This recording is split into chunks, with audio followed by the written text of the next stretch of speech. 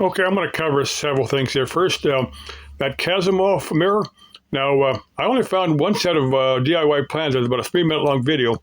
Apparently, what this guy did, he took a roll of Mylar, stretched it out, formed kind of a U, and he set a chair in the middle of this. Then above him, he had a roll of quarter-inch, copper tubing, like for drain, like for a fresh water line for the evaporative cooler. Maybe he took the whole 50-foot roll or something, kind of spread it out, and hung it above him. He said he got like setting up this thing for 10 minutes. He got like what you'd get for like a three beer buzz. That was his words. I don't know if that's real, if that's just some psychosomatic or placebo effect. I couldn't tell you because I haven't conducted an experiment many years ago. I'd made a pyramid out of half-inch conduit, half-inch EMT. Just made the four sides, and I set under it. That's that's where I figured I could make clouds move around. I could make clouds disappear. I also did that out at Saddle Mountain, outside the Tonopah area. I found I could make clouds disappear. Now I think a lot of people can actually do that, but most people either don't know they can or don't put the effort into it, or maybe they just think it's too woo-woo or something. Yeah, that's your business, not mine. But I said I can make clouds disappear. But that's psychokinesis. I think a lot of people can do it. I'm not sure if I can get better plans for the Kazimov mirror and maybe build something. Let's see. The second thing I'm going to cover is for Annie. Annie's adventures. I'm pretty sure Annie's watching my videos. She's saying she's afraid of cows and horses. Now, I'm not afraid of them. I just give them the respect I would for any large animal that could hurt me by accident if they get spooked or if they kind of thought I had the intent to hurt them or something. Now, what you might do is maybe get you some little bells or something you can put on your clothing that make little jingly sounds. Or like those spurs, that song, I get spurs that jingle, jingle, jingle. Sing how glad I am to be single. I have no idea why that come to mind, but you might get you a little. Oh, take your cell phone and play music, or take a little radio and play music or something as you're hiking along through the areas you think there might be wild critters. They recommend that for bears if you're in bear country.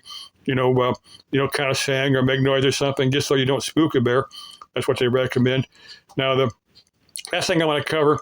Now, I see this with with almost every time another YouTube RVer, single RVer is being asked their advice and stuff. Now, I've never actually done any single person RV, but I've got some ideas on how at some point in time I will, go out and like do overnighters and stuff. That's the way I'd plan to do it. Just start off simple. Just do maybe like on maybe take off like on Friday night, and then come back on Sunday or something. Something I could do for a day or two. Camp out. I would just camp on a cab in my pickup. Have a nice chest full of ice, and have like a little tent I could, just take some, tent, no, not tent, but just stuff to get Harbor Freight for $4 or $5. Just cover the back of my pickup for that. If I had take a 5-gallon bucket for a toilet, put a bag in there, just toss some dirt in there after I'm all done, and just toss a bag out the trash or something. I don't know what you do with that. But just have the tent out there so I'm not disturbing anybody else because I'd have all my food. Just take a big ice chest with with a couple of food items in there. Just have stuff I can just eat fairly quickly. Don't have to worry about actually cooking anything. That's kind of how I would do it, just temporary. So that's advice I'd give to anybody. Just start out slow. For some reason, I was thinking of this couple that was living in a RV out at KOA out here. It's just a little bit west of Goodyear out here. I worked on the air conditioner. This was many years ago. This couple had a houseboat out to somewhere off the coast of California. That they said they really loved that houseboat, but the older couple that had arthritis so bad they had to sell the houseboat and then buy the RV. Said I have no idea if they're still alive anymore because that's been quite a few years ago. Like I said, you don't just.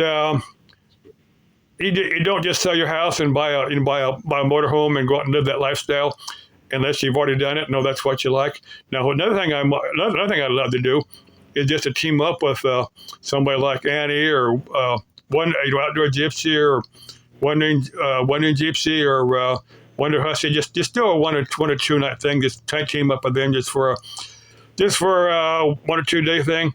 Totally platonic, unless we look at each other and say, "Hey, let's have some fun." At that point, it would be a mutual consent thing. Anyway, That's my ideas. Okay, love you. Bye bye.